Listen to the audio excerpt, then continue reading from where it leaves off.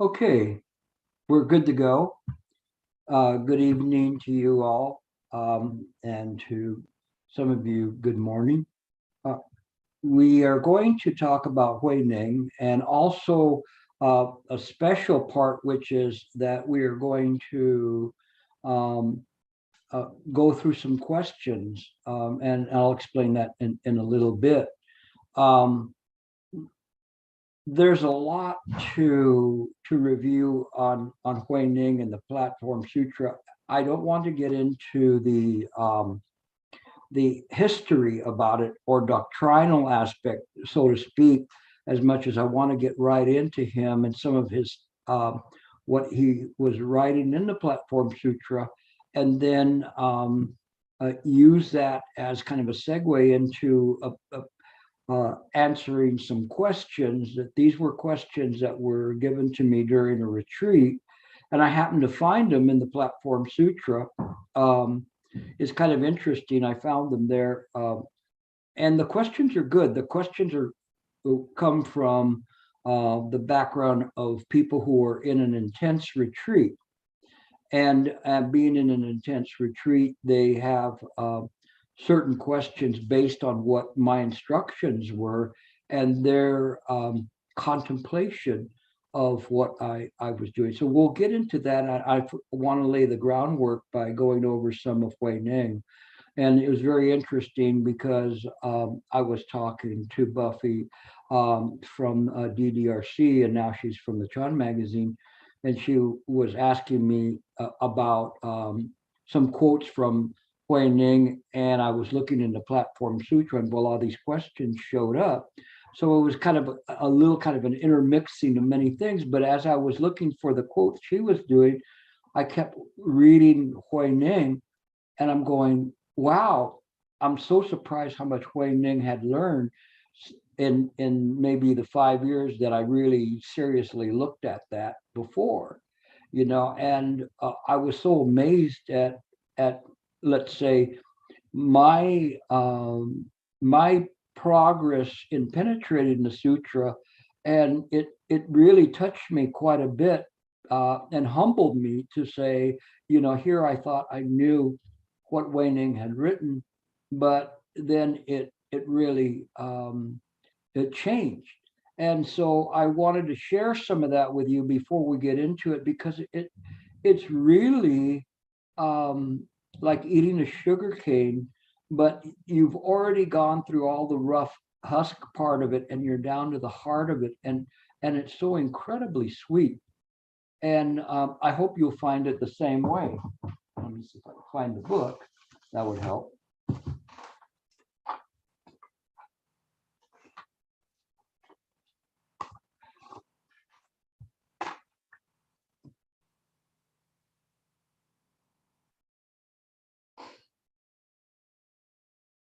So here, he is at this point in time in his practice, he's still a layperson.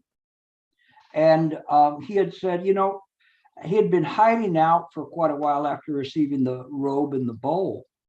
And then he decided, well, it's about time I should go out into the world and begin to spread the Dharma. I can't stay in hiding forever. And so he went to the Sheng monastery, and there was a Dharma master, Shin Sung, was giving a lecture on the Nirvana Sutra. And he was overhearing two of the monastics, two bhikshus, and they were talking. And they were talking, the topic was wind and the flag. You've all heard this one before. And as he was talking to them, he said, one said, the wind is moving. And the other said, the flag is moving. We've all heard this one, right? And then what did Huineng say? Your minds are moving. Okay. So what does this mean? That your minds are moving. So they had argued and argued, and then Huineng stepped in, and that's when he said, the wind is not moving, nor the flag. It's your minds, kind sirs, are moving. And then everyone was startled. So what does this mean by your minds are moving? Anybody want to venture for it?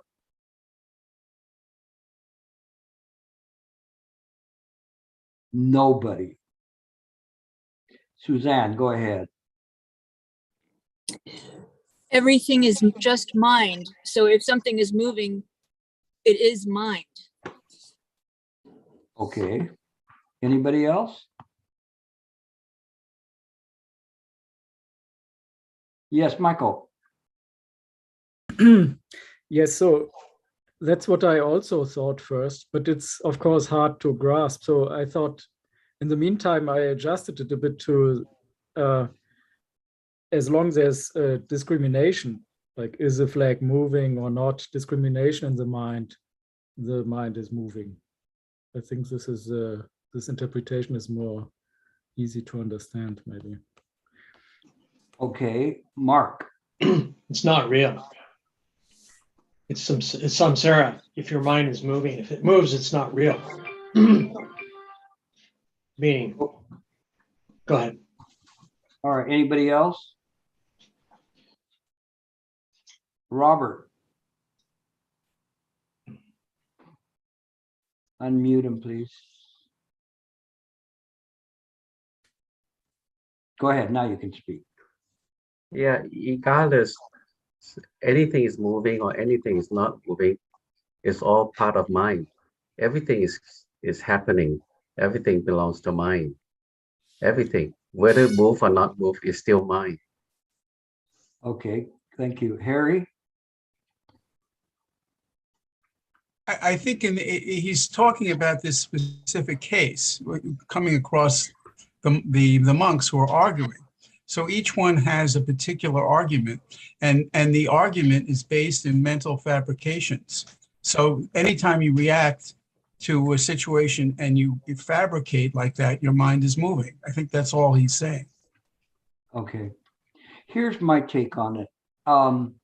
And it was pretty much with Robert and Suzanne were saying, and there is that one that Michael had said, and Michael, you got it first, and then you switched to the samsaric interpretation.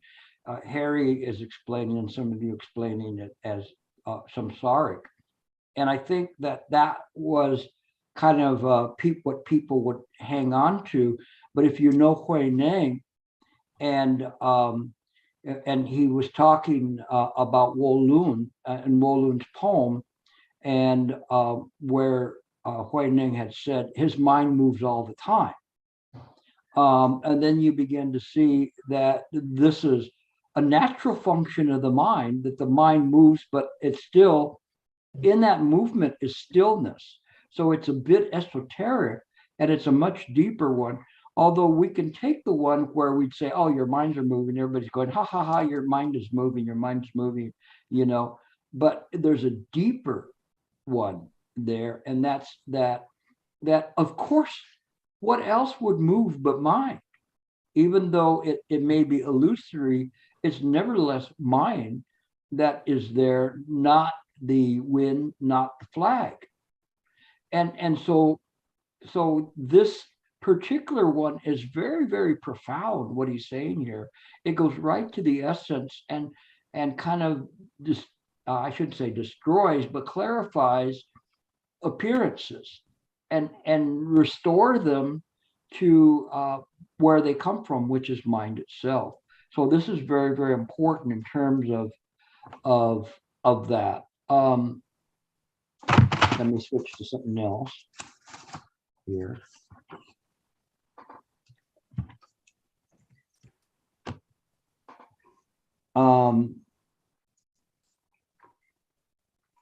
And by the way, after this, then the master was so stunned, everybody was stunned, but then he said, I heard about somebody that Holmgren had given a robe and bowl to. Might you be that person? And Huineng said, well, I'm humble, you know, but I kind of resemble that remark.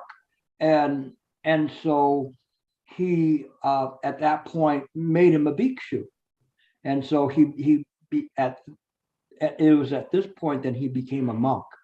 And not only became a monk, but the master was so impressed with him, he gave him a seat. So he was now the teacher. So this particular response that he gave was extremely astounding to them, because they really were stunned by this. It was like, okay, well, this is perhaps the first time that they really concentrated on the essence of ekayana, this just mind. And it cut so clearly that it suspended any argument of what was moving. Just simply, if it's mind, then everything is returned to mind. So it was very amazing what was happening here, much more so than the common interpretation that, oh, your minds were moving, and that's bad. No, your mind is moving, and that's natural because it's a function of the mind. Okay, so then we continue. Was there a question, Harry? No, I was just, can you hear me? I was just taking it in. I think that's really interesting, your interpretation of it. I think you're right. The gut reaction is to say you guys are wrong. And I think what you're saying is more profound. So I appreciate it. Yeah, and thank you. I appreciate you for picking up the difference. It's very, very profound in terms of how we look at it. And again, you have to look at the rest of Huineng's teachings to see that my interpretation is consistent with what he was discussing before. So it's very, very amazing. Simply when you do take it in a historical and doctrinal way, it seems to make sense. Okay, we continue on. Huineng obtained the Dharma at Tongshan and had undergone much suffering in his life, hanging as if by a thread. And he said, today in this gathering of the magistrate and officials of bhikshus, bhukshanis, Taoists, well, he even included the Taoists as a separate group, and laymen, there is not one of you who is not here because of accumulated ages of karmic conditions. This is good, because what he's saying is, look at all people around here, and you didn't appear here by accident. It's an accumulation of karmic conditions. All of you who are in the audience today, you are here because of an accumulation of karmic conditions that brought you right to this moment. This is how we practice, that we see this. We see the accumulation of karmic conditions and understand in the present moment, and what is happening will determine what will happen in the future with respect to all of these interdependent relationships that we encounter along the way. And he said, because in past life you have made offerings to the Buddhas and planted good roots in common, you now have the opportunity to hear the sudden teaching, which is a cause of obtaining Dharma. This teaching has been handed down by former sages. It is not Huineng's own wisdom. You who wish to hear the teaching of the former sages should first purify your minds. After hearing it, cast aside your doubts, and that way you will be no different than the sages from the past. So he's telling you how to practice. He's telling you, this is not Huineng that's speaking. This is not Huineng's wisdom. This is from the former sages that lived before, and that was passed on to them and passed on, but is essentially is the presentation of mind. So it cannot be Huineng's. And so it is important, because as a presenter of the Dharma, I don't see this as my wisdom. I see this as something that is the this intrinsic wisdom that we all have, and we just want to try to pull that wisdom, kind of pulling it out, and kind of like how they make cotton candy, I don't know if you've ever seen it. They put these little tablets or things in a machine, and start spinning it and put a cone there, paper cone, and just moving it around, moving it around.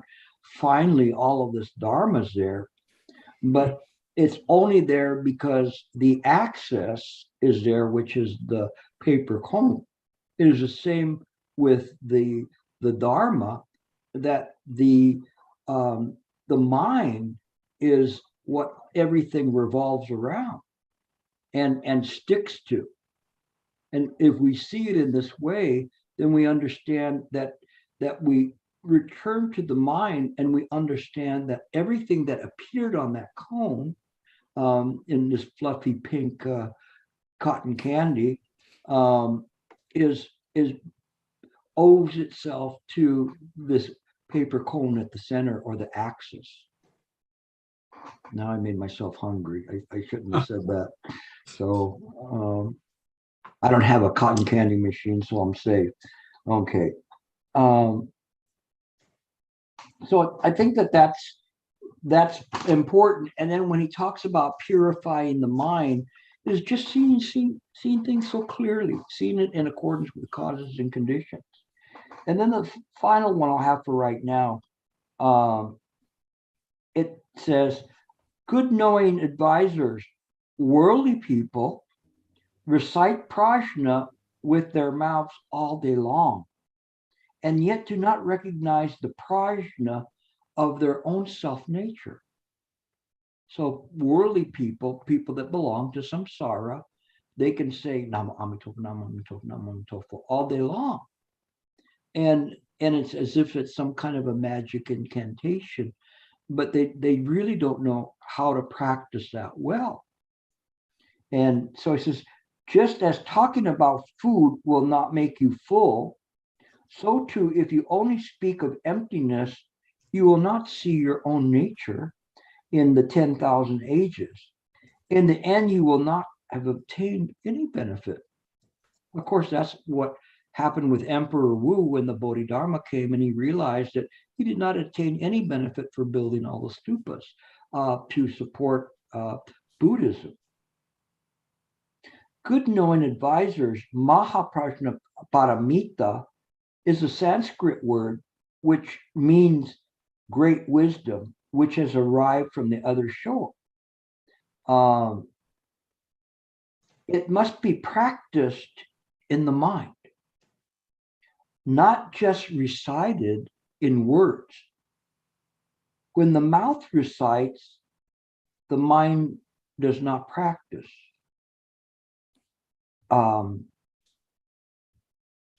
It is like an illusion, a transformation, dewdrops, or lightning.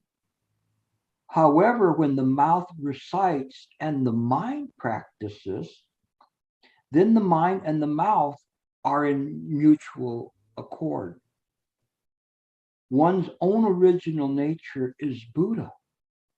Apart from the nature, there is no other Buddha. This is really good stuff. This is really incredible. And so reading this, we understand how we practice. We even know how to practice Nien Pho, the recitation of the Buddha's name. I'm always telling people when they practice Nien Pho that they cannot just simply recite the words. They must recite it from the heart. When you recite it from the heart, meaning the mind, then this is the proper practice. Then the words and the heart are in mutual harmony. And this is just our own self-nature of mind. This is words, but you have to learn how to practice that. And so when we practice in this way, everything becomes right in its proper place. So I wanted to give you that as a beginning, and then we'll continue on with the questions. I found a bunch of questions here from a retreat, and they're actually very, very good questions. And it was one of the first retreats I started bringing people to mind work with. And so a lot of the people at this retreat did not understand mind work or had not been exposed to it. And so when all of us, I'm saying is just this mind is the Buddha mind, and this consciousness is the Buddha mind. People are scratching their heads or wondering exactly what's happening. And I'm saying to be aware at every moment. And so these were new instructions for them. So naturally they would have questions, and they put together some very, very good questions. I'd like to read a few to you and then to respond to them. One was, and a lot of them were quoting what I said in the retreat and then asking a question based on what I said. So this one says, everything is mind, no separate entity, originally is awareness. So the question, only I awareness, I have the same awareness. Hold on, you're trying to read the writing. Sorry, I can't read that word. As all sentient beings who also have the same awareness. So is there only one awareness? So when I say that you should put your mind in awareness, is there only one awareness? And this is going back to the idea of ekayana. And it's just this mind that we use. If somebody gets attached to it where that they begin to say, oh, I am using awareness, then you say no mind. So you cut off that conception that there's a duality there, even though they think there's not a duality. But the awareness is the awareness of mind. This comes from the Shurangama Sutra and the clarification of the Buddha with Ananda, where Ananda is trying to establish where his mind is at. And the Buddha keeps telling him, no, your mind is not there. It's not there. It's not here. Those are dual concepts, whatever. And then when he says, oh, I understand, it is in the perfection of the mind, in the perfection of everything in the consciousness, that is my mind. And that's when the Buddha shouted to him, said, Ananda, that's not your mind. And so Ananda was shook. He was scared. He didn't understand that. What do you mean? You mean I don't have my own awareness? I don't have my own mind. So then at that point, he said to the Buddha, he started prostrating to the Buddha and says, not just me, but every one of us, including everybody there in the assembly, we don't understand what you're talking about. We're afraid. The fear comes from the fact that we begin to have faith that maybe the self isn't real. Maybe the self isn't mind as we depict it, that what we're clinging on to is habitual tendencies and believing those to be a personality, ego, or life and being. It is what the ancients said, you are trying to hold on to the seaweed or the sea foam in the ocean to try to give you some kind of a support or buoyancy, but it cannot be that way. You have to let it go. You have to go into the void. And so it is that it is just the awareness of mind with not a locality or a personality. It is just mind. But people don't want to do that because they have the fear that would be like jumping into this abyss with no guarantee that they're getting out. And they're not getting out. How could they get out? How could anyone get out of mind? Now, people can get crazy and be out of their minds, but they cannot get out of mind. So yet that term of mind is infinite, but it is not bordered by anything that is not mind. Wherever one goes, it is just mind. And that's important, but we cannot understand this completely from the viewpoint of the samsaric experience, because our experience is limited. It only goes so far. I remember many years ago when the first games came out, and I was playing this game of riding a motorcycle in the desert, and then all of a sudden I rode until I banged into the side of a cliff. I could not go further than that. That was the border. And no matter how I tried, I could not go further, because that was the finite aspect of what the game and its memory could hold at that time. Probably now you could drive for quite a long time before you bump into anything. But then it didn't take you long before you ran into this cliff. Well, that's the same in samsara. Samsara is limited. And it's limited in many ways, from its laws of physics to whatever we do in this world, and trying to, with great thirst, satisfy all of our cravings. And it's like drinking salt water. We don't understand this. We don't understand that there's borders, but that's samsara. But the other aspect is, in mind, is unlimited, not confined to these kinds of things. So that was one question. So let me see if I can get another one here. Gilbert? Yes. Yeah, I was just thinking, one thing that might help in clarification. I mean, I agree with everything you're saying, but in terms of limitations, there's no self, but there is individuality, at least provisionally. I mean, different people have different capabilities, different understandings, different perceptions. So that's operative, right? Even though in the grand stream, it's all mind. We have to be careful when we make a distinction like that. I understand what you're saying, but it's very easy to slip into Ananda's a misunderstanding of that. I agree. It is a thing where we have apparent reality and absolute reality, and we don't negate it, but we just realize its limitations in terms of that we understand apparent reality is illusory, and it's impermanent by its nature.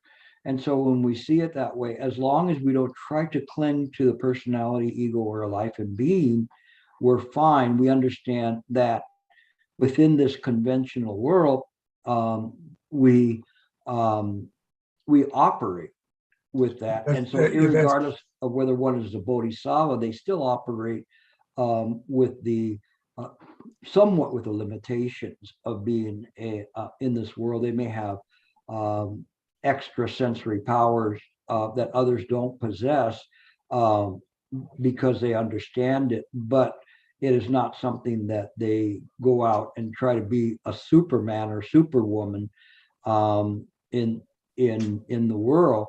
So we understand that. We understand that there are some limitations, but we have to ultimately see that all of these are appearances that we should not dwell in.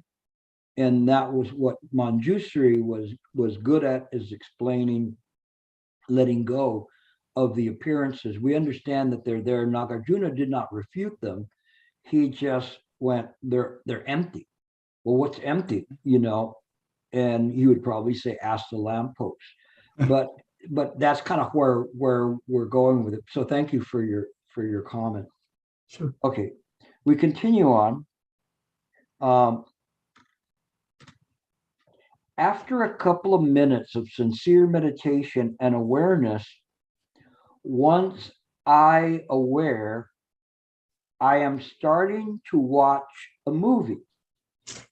Should I get off the cushion for a little while, gather my sincerity, and then come back to the cushion? What do you think? Is this a good way of doing it? Open it up. You be the well-known advisor. Anybody? So what if they, yeah, Harry, go ahead. Well, my advice would be to embrace but don't attach to his experience. You know, just that's coming up the movie, and he's aware of it is very good, and then he has to just let go of his expectations of what's supposed to be happening, and he could also become more in touch with the unpleasantness he's feeling because his mind is doing something that he doesn't think it should do. So it's really about just opening up to the experiencing and not attaching. Okay, anyone else? I always look up because I have a big screen that I'm watching Yeah. all of you. Lewis? You're muted. We have to unmute. There we Go back to the beginning. And do what? Start all over again. Counting breaths. 10, 9, 8, 7. Okay. And okay, anyone else? Thank you. Okay, Michael. Yeah, so there's a lack of understanding there. So actually there's nobody there who could calm down the mind and regroup. So this would be the shortcut to see that these appearances occur due to causes and conditions, and just switch to the mind perspective and don't attach to it. Yeah.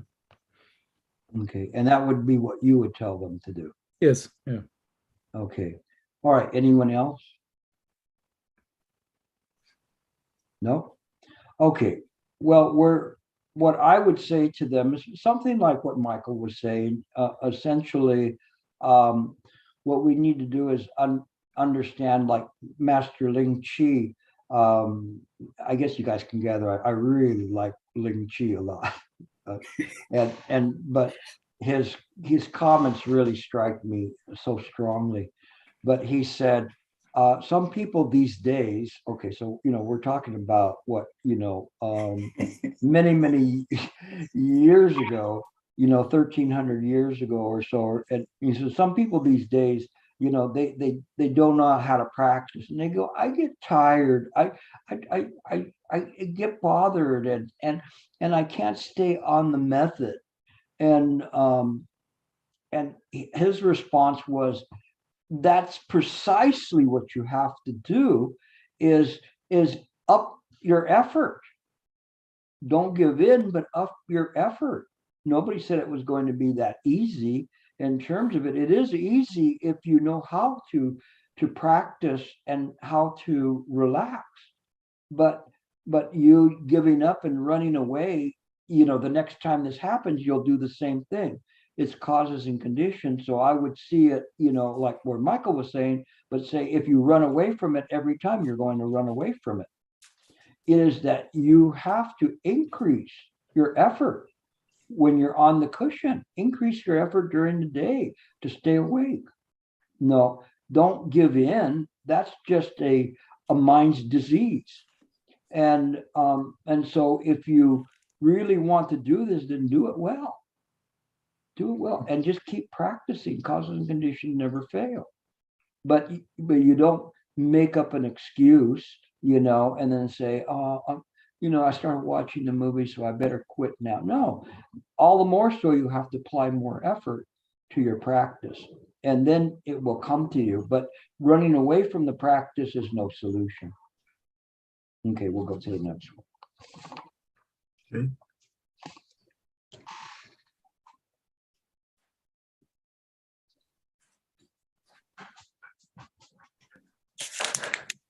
And so this person says, should I continue to practice sincere awareness as I go through the day, like eating, drinking, walking, breathing, feeling the air, etc.?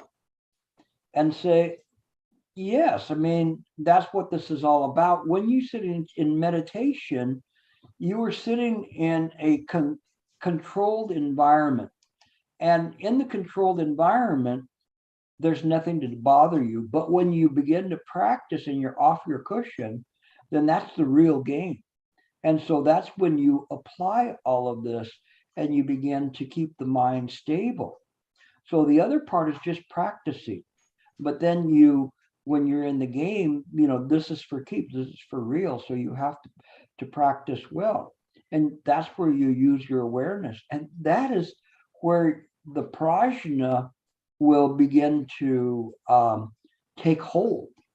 And so you use your innate wisdom and from your intrinsic nature to practice.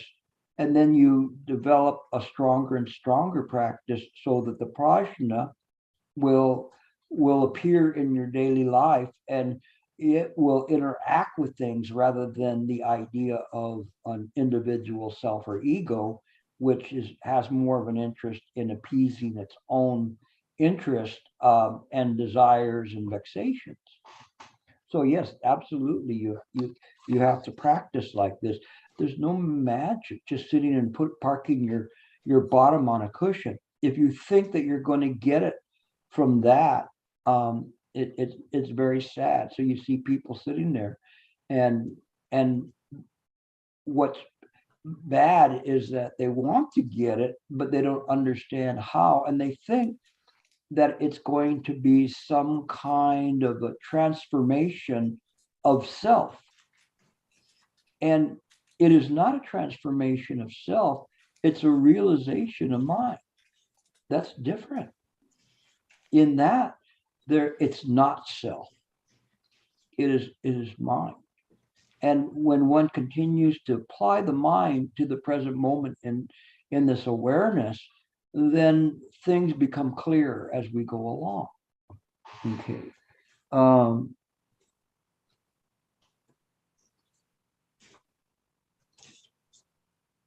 So then I think they were saying that I said something along these lines. I'm not quite sure.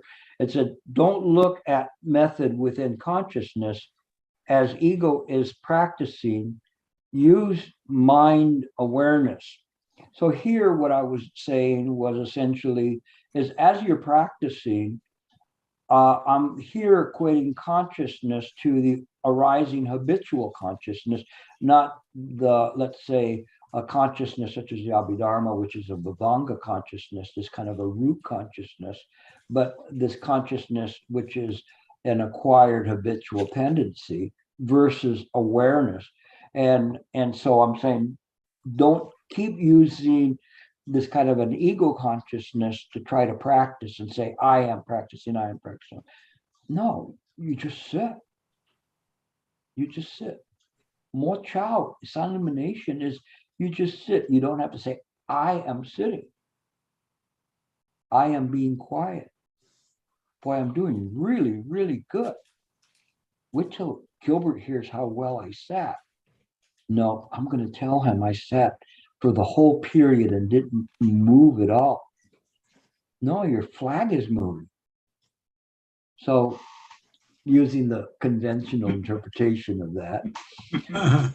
So the question is, at an experiential level, I would think I am using consciousness to practice my method. On a theoretical level, can understand, use mind awareness to practice, but feeling wise, it seems like I'm using consciousness. And then the next question is there any way to see, feel, notice the difference of what's there? Awareness, I guess, versus consciousness. So this person has really trapped themselves into the I, and they want to take the I along with them for the ride. And it's like letting the monkey drive the car. It's going to go all over the place, and sometimes it's in awareness, sometimes it's in consciousness or pseudo awareness that's there, where somebody is applying awareness from the idea of an egotistical viewpoint or a dual viewpoint. awareness is not dual. When awareness is done right, it is just simply mind in the present moment. And the conduct of the sentient being is governed by wisdom and compassion. And it is not governed by someone saying, I am being so compassionate, I am being so so wise, so I can show that because I can give money to somebody, that's poor or whatever, and that's good, and that's creating merit. No, Emperor Wu, you're not creating merit. You're doing it in the wrong way. There was a reason why that was the first lesson of Bodhidharma, is get over this idea that you're doing anything. It is mind that is reflecting the virtues of mind in the present moment, which is what is happening. If you are there, you're just getting in the way. And you're not allowing the mind to function in a dynamic and perfect way. Okay.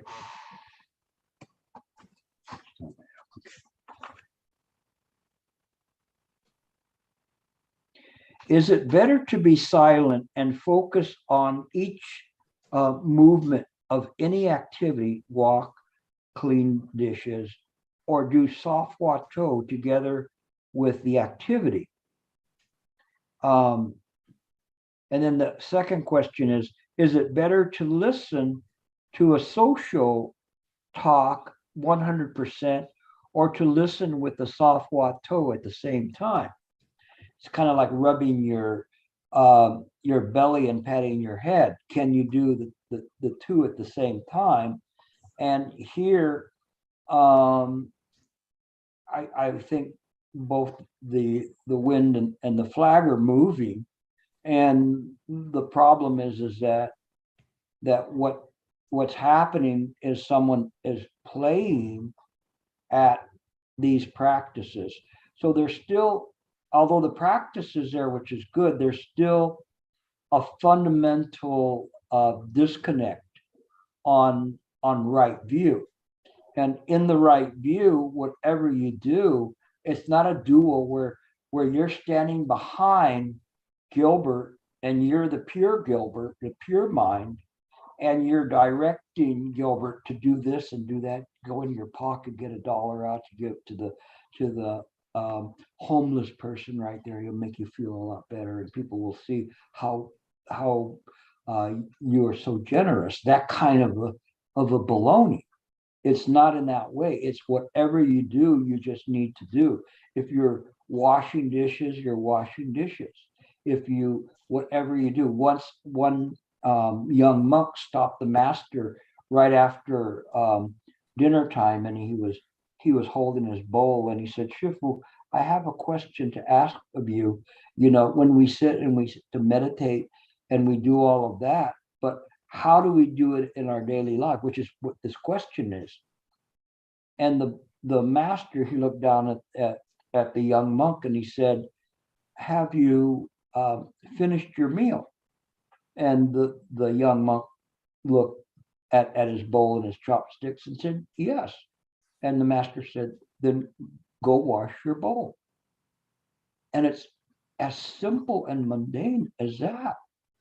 We don't have to think, I am so good. I am washing my bowl and I'm doing this and I'm perfecting that. Once I was taught humility at a retreat where if you see at DDRC, they have these silver bowls that you eat out of, and they're kind of round on the bottom and they have this rim. And I'm there after eating and I'm cleaning it because I want to make sure everybody sees how clean I got it, so that way I could serve as an example of how to do that. This was very haughty on my part, and I was paid for that, because as I was polishing and polishing and polishing this bowl so hard, all of a sudden it took off out of my hand, spinning, like a flying saucer across the room. It literally went quite a ways before it landed in a loud noise. And so that was my karma for overdoing it. I wasn't using the right effort, and it was very, how do you explain that? Did you see that? You want to show me again, because I could show you the power of having this fly right off of my hand. No, I just laughed, and I realized how stupid I was.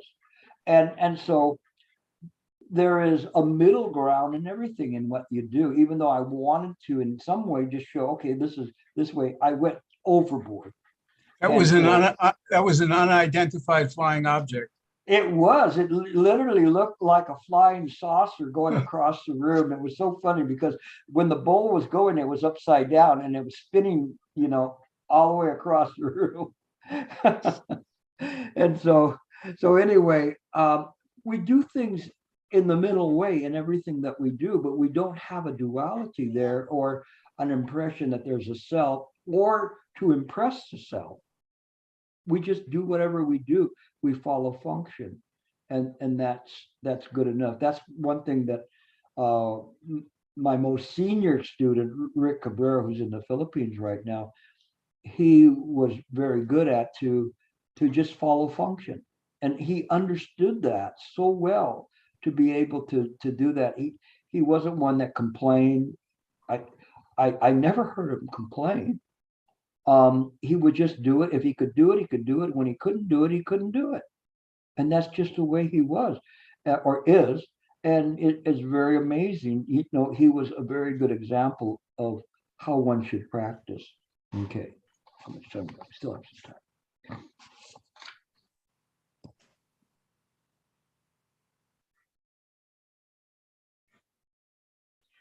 How do I live with compassion moment to moment? The compassion is generated from a profound wisdom or Mahaprajna Paramita wisdom.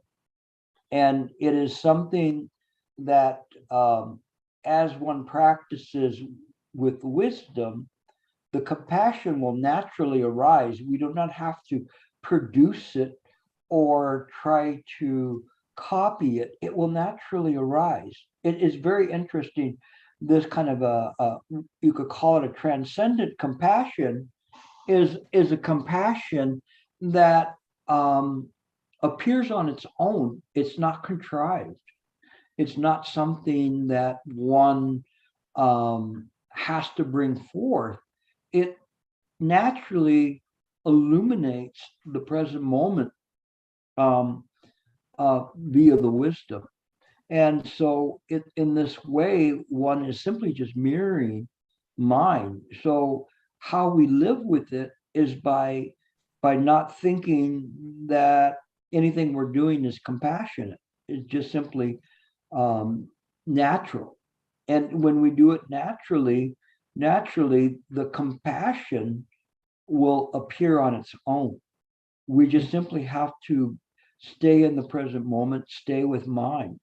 And little by little, the mind will do things. I have so many students, so many of you who, too numerous to mention, have devoted a tremendous amount of your life to Buddha Dharma.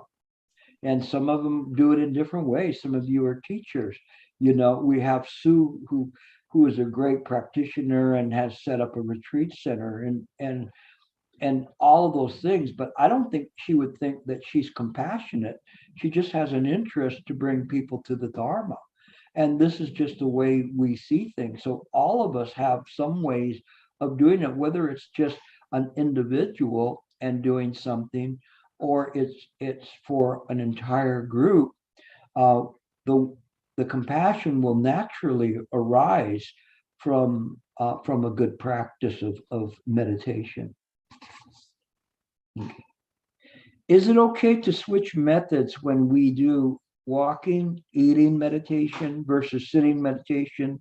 For example, awareness of the breath while sitting and reciting Om Tofu when walking. there's really not that much of a difference when we do Nian Fo, Nama Amitabha, Nama Amitabha. You can do that whenever, or you can use a method of a Wato, using it in a soft way to do things, and that's fine. The thing is that when you're shifting because you feel like, okay, I put this stick of gum in my mouth and I've been chewing it for 2 hours and now I can't taste any sweetness, so I'll change to put another maybe a gumball in my mouth, and get the flavor of that one. Then that's different. But these to me are kind of like with a camera and interchangeable lenses, that they all fit the camera, and whenever you do things, they come up. Sometimes Nian Fo will come up naturally as you begin to practice it over a period of several years. You do not have to recall to practice it. It naturally will come up. Sometimes it'll come up in the middle of the night. Sometimes it'll come up to me. I'm in a trial and it'll start coming up. Whatever's there, whatever I need. Maybe it's someone that needs help, that's suffering, that's sick. The Nian Fo will come up. It comes up from the heart, not from some kind of a commitment saying, okay, I'm going to switch it. It naturally switches the lenses depending on what the need is. So in terms of your practice, then you understand, there's kind of like the saying that all roads lead to Rome. All of these practices lead to mind. Remember, because mind is the access. So it's going to lead back to mind.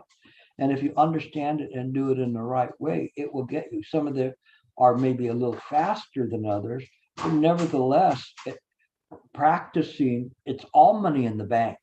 That's what's really, really important, is to understand that the more you practice, eventually you'll get that. Harry has practiced for I don't know how many years, and it was money in the bank. When he heard the right view, it instantly converted. It wasn't like, oh, you mean I don't have any money in the bank? No, it just added to his wealth. And you can see it in his practice, in his comments, in his understanding. So everything is of value, when we practice in the right way. And he being a great practitioner, it was such a quick progress for him. It wasn't that, oh, I was doing something wrong and I don't see it. It's just that is the sincerity of the practice which makes the difference, and the causes and conditions that he was tweaked a little bit in terms of his practice, made a great improvement with it. It is in the sincerity that makes quite a bit of a difference. Okay. Here's a good one. Is awareness the function of mind or part of mind? So is awareness the function of mind or part of mind? Let me read the rest of it. To discern consciousness plus awareness, consciousness is a thought. Awareness is to know. Wait, hold on. Let me read. Awareness to know what's going on now according to our senses. So that person saying awareness is to know what's going on now according to our senses. So how would you answer this question? Any part of it? Is awareness function of the mind, or is it part of the mind? Senta, you haven't said one. Let's see what you can do with this. Awareness is the mind. Okay. It's not a function of the mind? Only as mind is the function of mind. Okay. And so is it a part of mind? It's not a part of mind. So it's separate from mind? It is mind. Okay. I can't shake her today. But you see, these are the questions that people will ask you. You know, a lot of people will come up, and some people ask you questions in lectures that they believe they already know the answer to. And some of them are just don't understand that. This one, I think, was a sincere question of the person trying to process through what awareness is versus consciousness. And this is a very tricky area about awareness and consciousness. Is consciousness thought, Santha?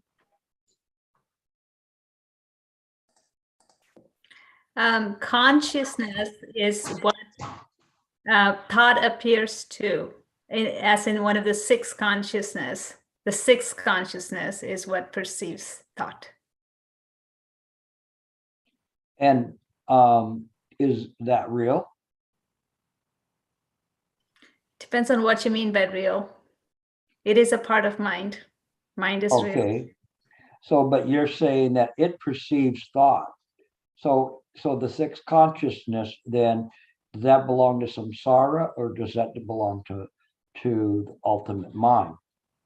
It belongs to samsara in the sense that it is relative, but the relative belongs to mind. Okay.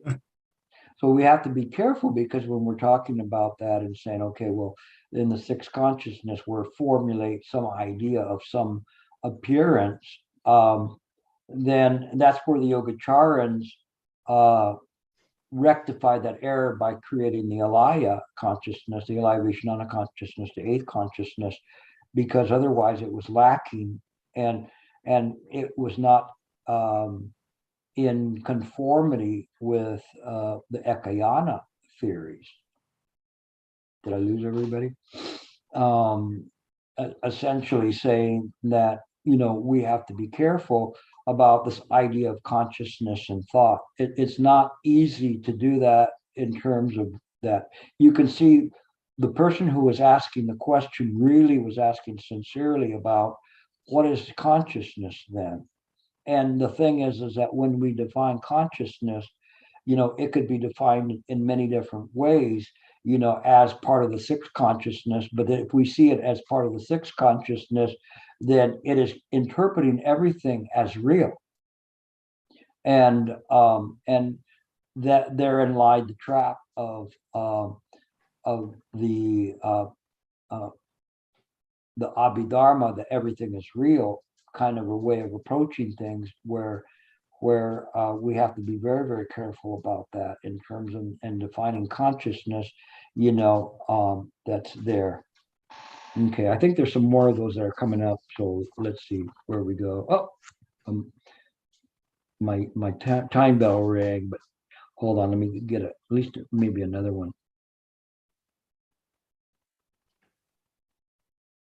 Can you awaken and have a deep realization with any method? And if yes, then which is the right one for you? So anybody want to say, can you be awakened with any method, and then which is the right one for you? I mean, this is legitimate. This is kind of like we could say like a beginner type question, not so much beginner, but a beginner serious practitioner question.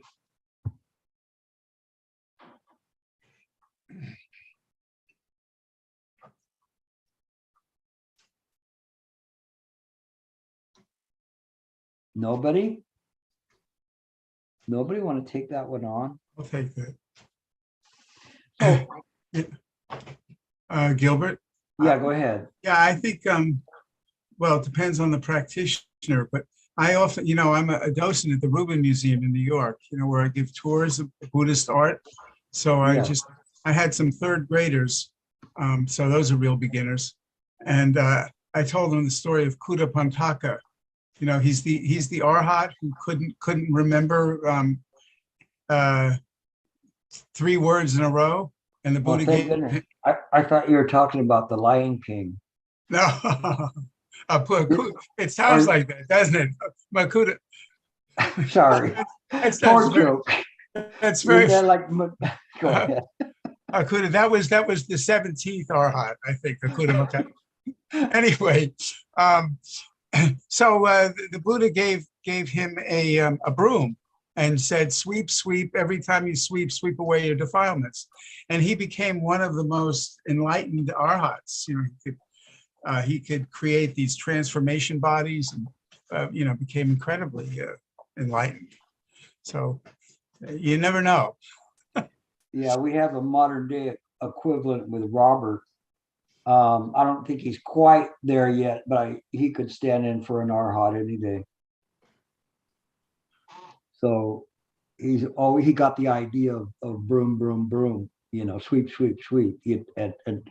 And so that really advanced his practice quite a bit, you know. And here I thought he was just a silly old man, you know. But as it turned out, he is a silly old man, but he sweeps very well. So that's about as good of a compliment you're ever going to get from me. I'm sorry, Sindha? We have a question from Cholan. Yes. What is the Yes. difference between awareness and awakening? Awareness is the practice of staying in the present moment.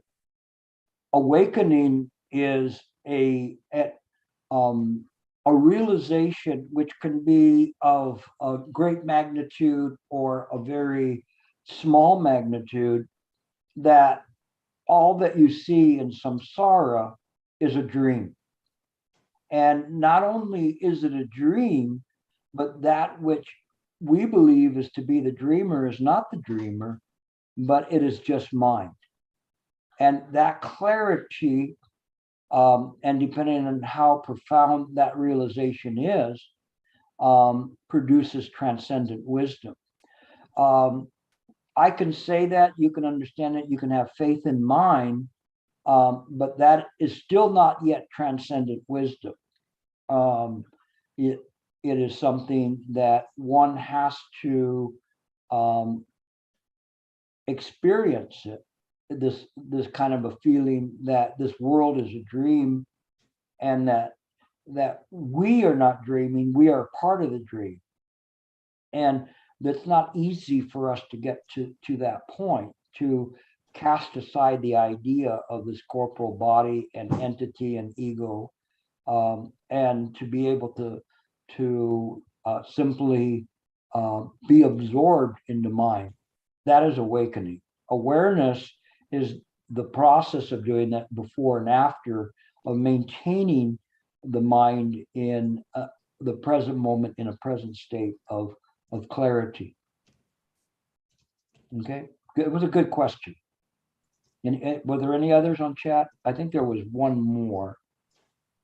Let me see. Just that early on, Louis had a question, but it was really early when you were talking about Huineng. Okay, no problem. Yeah, I think I saw that. He was saying what was his most profound teaching. I don't know. You know, I just think that probably if you were going to say something about him, not so much a teaching direct as much as his emphasis on the sudden awakening, and what's called subitism, and that all sentient beings have that potential to do that. Of course, if you're an ant, you don't have much of a chance. As a human sentient being, you have a greater chance because you experience both joy and suffering. If you're a heaven dweller, you don't have much chance because you're just simply walking around with Snoop Dogg in one of those commercials drinking beer on a beach, and you don't have any time to practice anything, you know. So can't believe I even said that. But in any case, that's what they do. They just enjoy their lives, ignorant to the fact that the life is finite. So this idea of a sudden awakening, it gives us all hope that we can do that, and it can be in one lifetime or many lifetimes. That sudden awakening could be in this lifetime because of the fact that you have practiced in many lifetimes and now are ready for this. So that's what I think is his most important contributions to things is this idea of sudden illumination. Okay, and this is kind of something that's kind of contrary to, let's say, the Tibetan practice, where they believe that this sudden illumination is only something for like a Buddha. But in the Chan practice, we accept that this mind itself is a Buddha already, but it needs to be awakened, and the degree of awakening depends on the person's practice, sincerity, and roots. But it doesn't necessarily mean that an awakening makes the person a Buddha. We understand they already possess Buddha nature, but that realization or awakening is in degrees and experiences. And as one goes along, there's a deepening of the wisdom. And that's what's important. That's what triggers this sudden awakening. Okay. I think I finished with that. Are there any questions of what I was talking about? Might have brought you up to some questions. No? You guys understood what I was saying? Yes, Louis. My question is, when the sense of self begins to lessen, how can we deal with that fear of letting it go? Oh, it's a good question. It is a really, really good question, and it screws everybody up in terms of they just can't handle that, especially in a meditation setting. I've heard so many times that people are this close to getting there, and then they back off, because they have a fear of what's there, and they have this idea that they're afraid to go forward with it. They don't know whether they can do that or not, and it's very frightening at some point, because they are beginning to let go of the self, and it doesn't feel comfortable for them. It's just too loosey-goosey. It's kind of like riding a bike with loose handlebars. I don't know if you ever had that experience in your life, and you're like this, right? And you're trying to control the bike, and you're going like, whoa, I don't have any control. Yeah, you don't have control. It's the control is being turned over to the original source, because you've messed this up. And so you just have to have the faith to give it up. But there is a fear there, and one has to overcome that. And we overcome it with the wisdom and patience that's there, that we understand that this will come like this, and we just have to keep moving forward. We have to get there. And so it's something that's kind of an interesting thing in terms of that. But if that happens to you, just keep going forward. Don't have fear. Just move on. Don't talk to yourself. Whatever you do, don't carry on some cosmic conversation with you and your enlightened self. Don't do that. Don't do that. Have no thought. No thought. Just allow mind to absorb. And when it absorbs. It is just there. Afterwards, everything comes back. It's restored. It's mundane and ordinary. Everything is just there. It's in its place. The only difference is that you know that this is a dream, and that who is trying to perceive this dream and trying to regain control of the handlebars is an illusory self. And that's what makes a difference. Okay, Santa. Okay, but I just wanted to add that that moment of fear may come up as a moment of disorientation.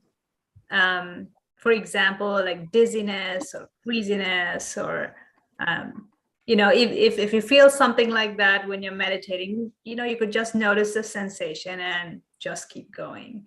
That way, it's not. It may not come up as fear. It may come up as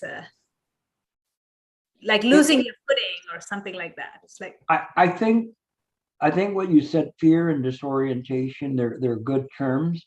The fear is letting go.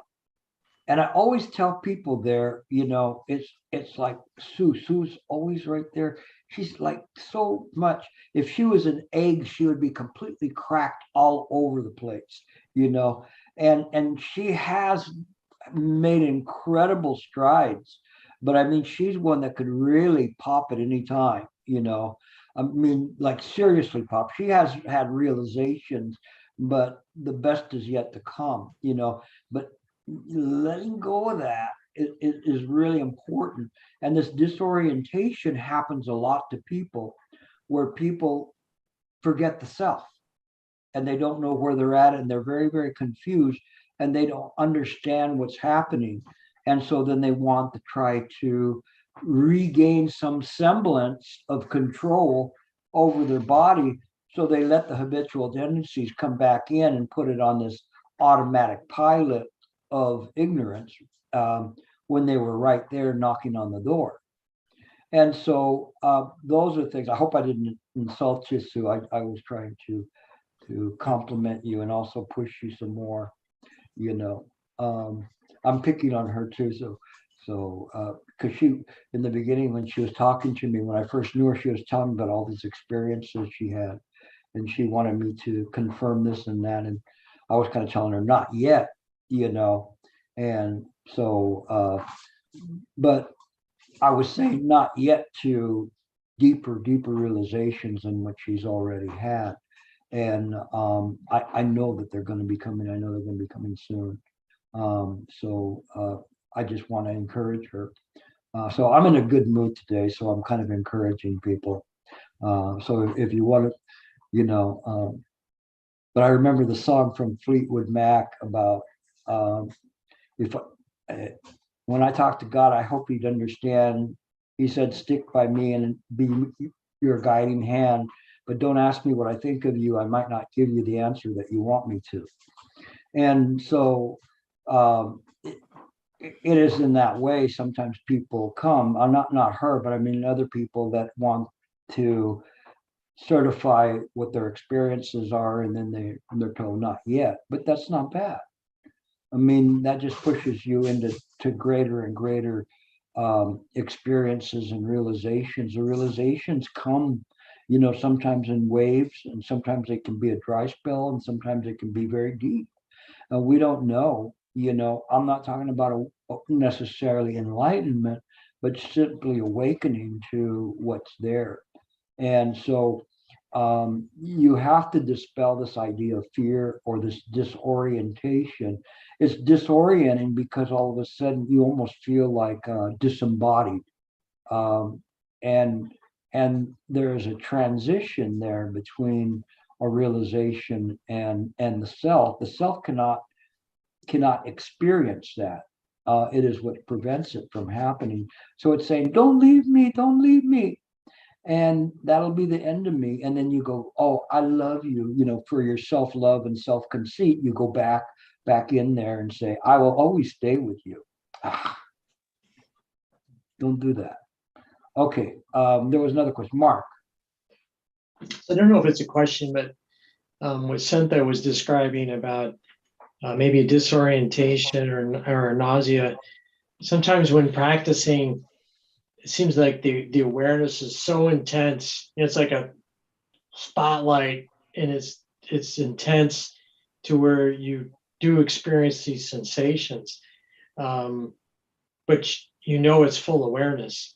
Can you maybe comment on that or talk? Yeah, if you know it's full awareness, it's not full awareness, but it's a good place to be And what you have to do when you get to that kind of an experience is back it off.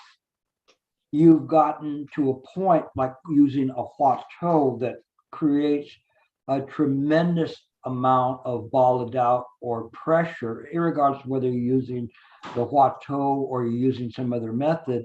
There is a sensation that's different than the idea of self and cogitation of thinking. And in that moment, you don't want to move, you're afraid, and justifiably so. If you move, you could let the self come pouring back in. Mhm. But in that moment, instead, you use the right effort, okay? And so you ratchet it back to this awareness, but without the pressure. And you rest in the present moment. So you need to know then how to use relaxation. Relaxation is not just simply, oh, let me relax, like that kind of a thing. It's more than that. It's deeper. It's pivotal, because it is the right effort, the right relaxation. So you relax the mind. You don't have to compress it and purge the mind from anything but this so-called light that you're seeing, that you don't want to move.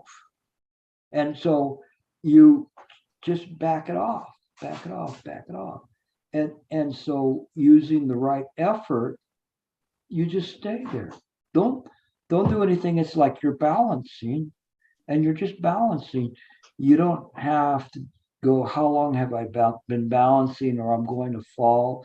Any questions or anything? You just stay in this state of upika, of equanimity. And when you stay in this state of equanimity, you don't move. Don't let the mind engage in any kind of thought. If the thought arises, just let it go. Don't push it out. Don't judge it. Don't have an argument with you. What do you mean? I have a ticket to be here. I've been with you since you were born. I deserve to be part of this experience. No. So you don't argue with it. You just let it go. You just stay there. That's irrelevant. It's totally irrelevant to mind, because it's just simply an appearance in mind. We understand that and we see that. We don't have to push it out. We just see it's precisely there, because that's the habitual conditions. So we don't have to push them out. We don't have to try to pull in the experience. We just stay in the state of equanimity, upika. And the state of upika, in this equanimity, is there's an aspect of this upika which is derived from profound wisdom.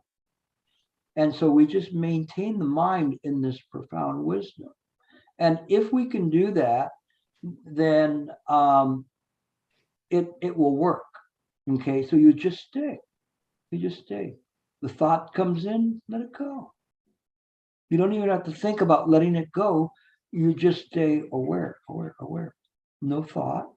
These things will come up. They'll start wanting to talk to you, and they're going, oh, you're doing a good job, Mark, you're almost there, and when you get there, I'll take a picture of you, and all of these things that are happening, you understand that they're there. You just leave them alone. They're a function of mind, and it is this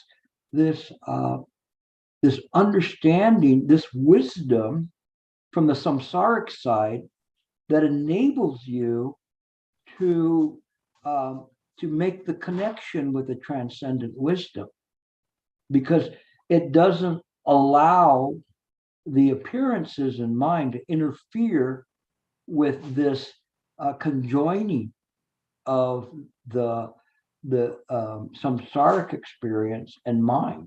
That is why they talk about self-absorption. It absorbs in naturally, you don't have to look at it like a Pac-Man to absorb everything. It just will naturally absorb it.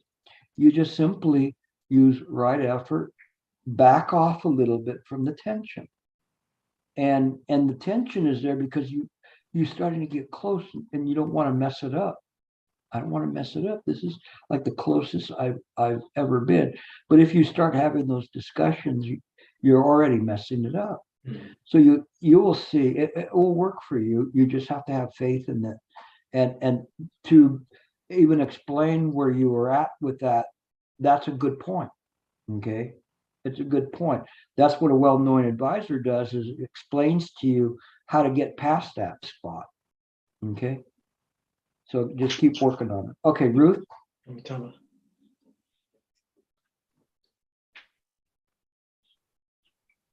Go ahead. Thank you, Gilbert.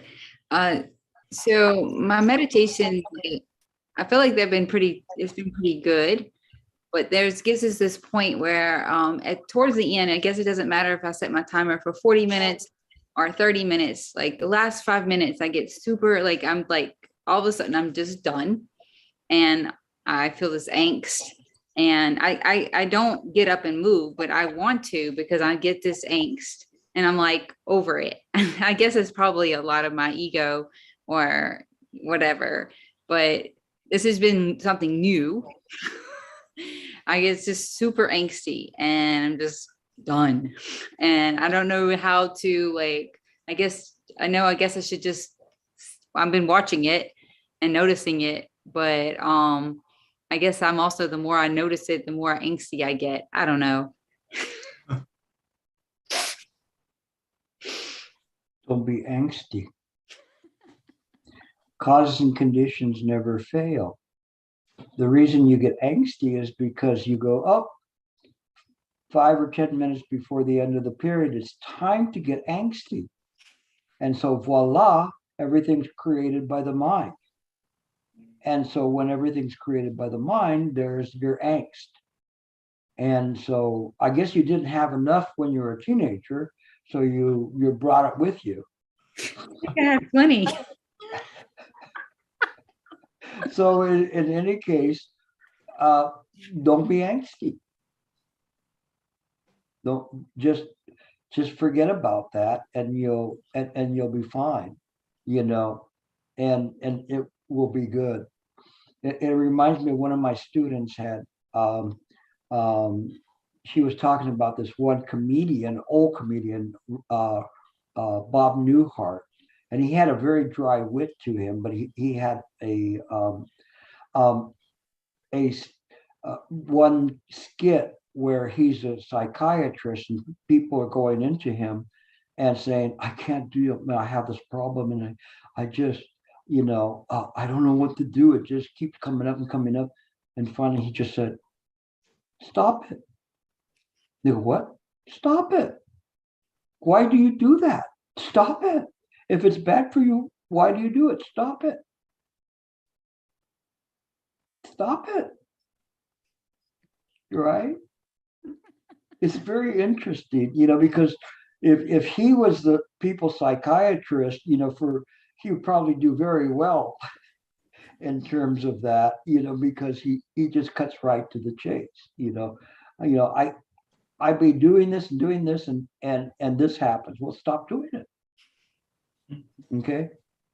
All right. Any other questions? I think we have a little bit of time left. Gilbert, just make one comment I thought might be apropos. At the back of the Dharma hall at the DDRC, Shifu wrote, no matter whether you're enlightened or not, just pick up this Watto, and that could be pick up any method. Pretty much. Yeah. Yeah. And today we kind of talked about questions from a retreat setting, and it's just this way, any door is a good door. There's 84,000 obstructions, and there's 84,000 doors to the Dharma. And so when we understand that, it really helps us, because it's not just simply saying, okay, this is bad, that it says something else. So long, Bill. And so I think that this is something that I think that is good, any or whether one practices illumination or huatou, or just sitting, I guess that's illumination. All of them end up in the same place. All the trains go towards the axis, and so it doesn't matter which one you pick up, as long as you pick it up and don't put it down, and then it will work. So yeah, that's true. Thank you very much for that comment. Okay. Actually, the next question was, can you awaken and have deep realization with any method? Oh, and that was one we were saying. And then if so, which is the right one? The right one is whatever you do. The thing is that when you use a method, you cannot be just changing methods all the time.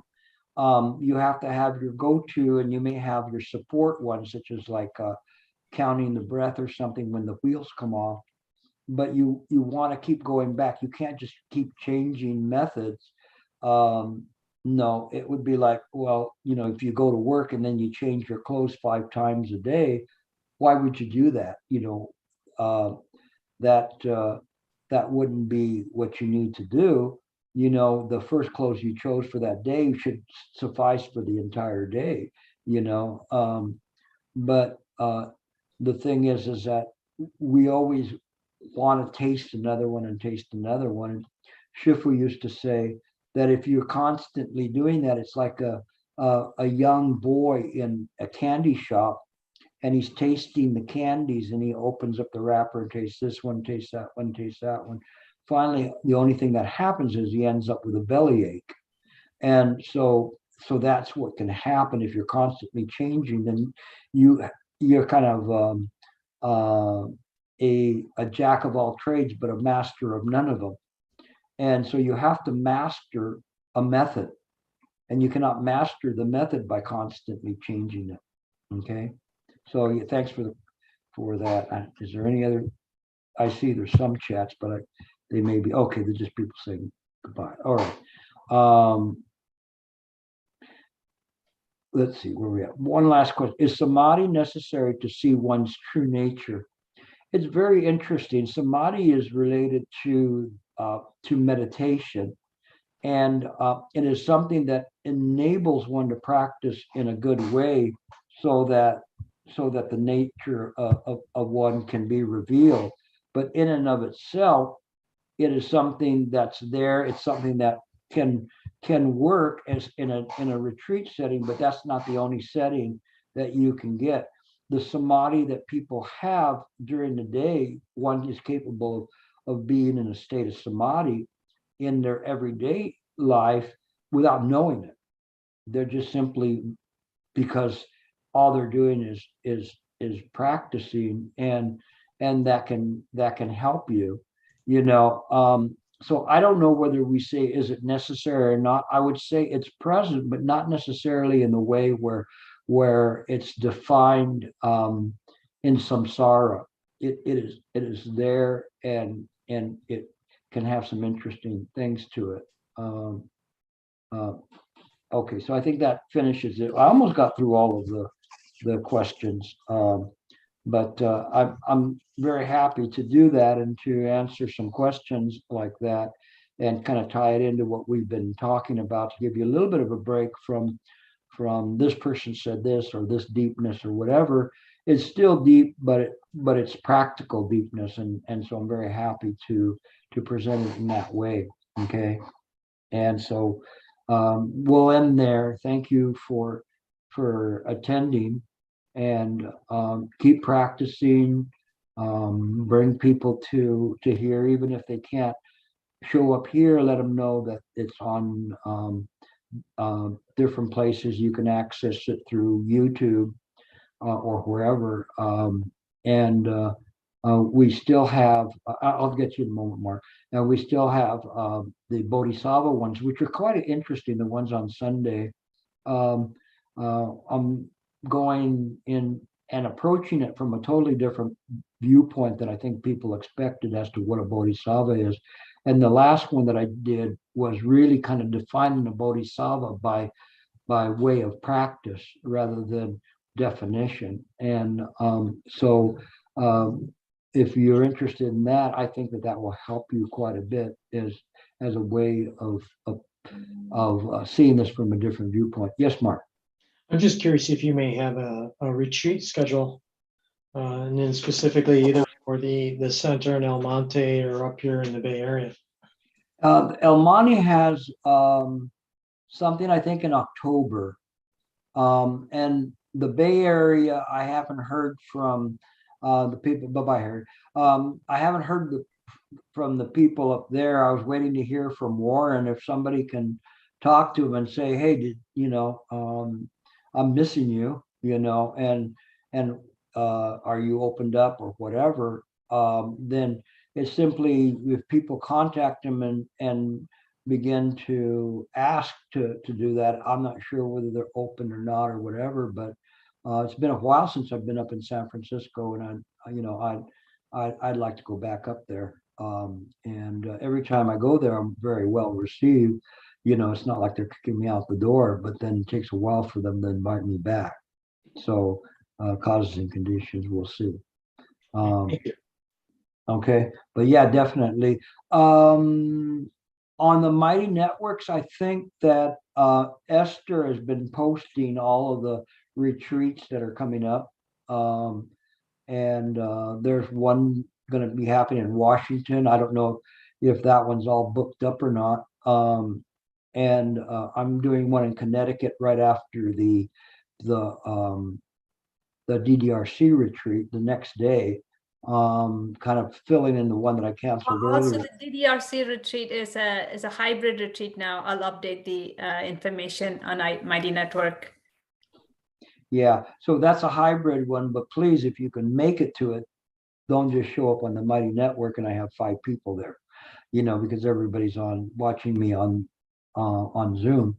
But if you can make it, obviously it's a better experience. Intensive retreats are very good, and I always up the presentations for a long retreat. It's kind of a building up of a crescendo of information and practice and doctrine and so to leading up to a culmination there that really encourages you to do it. And then Santha's provided a thing showing the events that are there. I thank her and I thank Esther for keeping that up to date and keeping me up to date. And so anyway, so that's something that's coming up.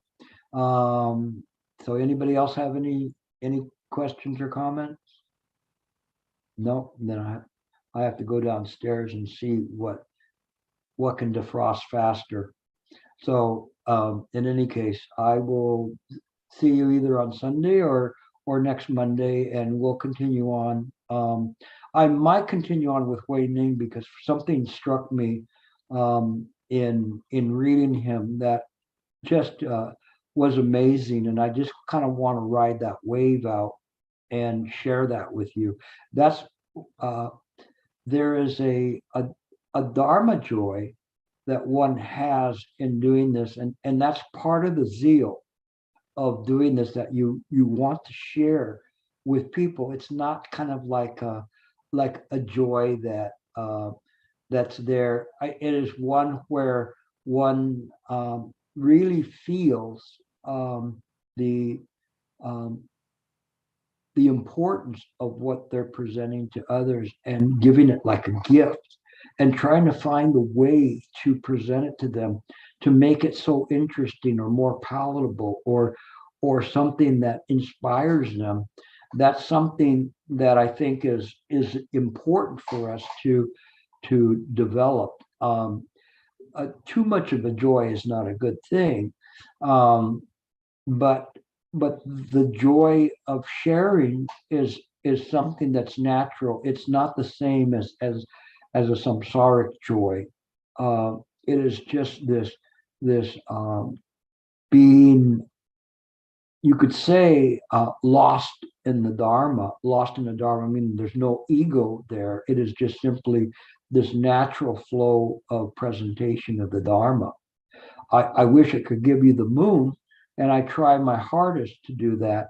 But the next best thing is presenting you, how to experience the moon. So we'll see you next week. Thank you very much. Amitofo. You guys can now go to sleep on the East Coast, and the lazy bones on the West Coast can go to sleep too. Okay. Take care. Thank you, Gilbert. Thank you, Gilbert. You're welcome. Thank you, Gilbert.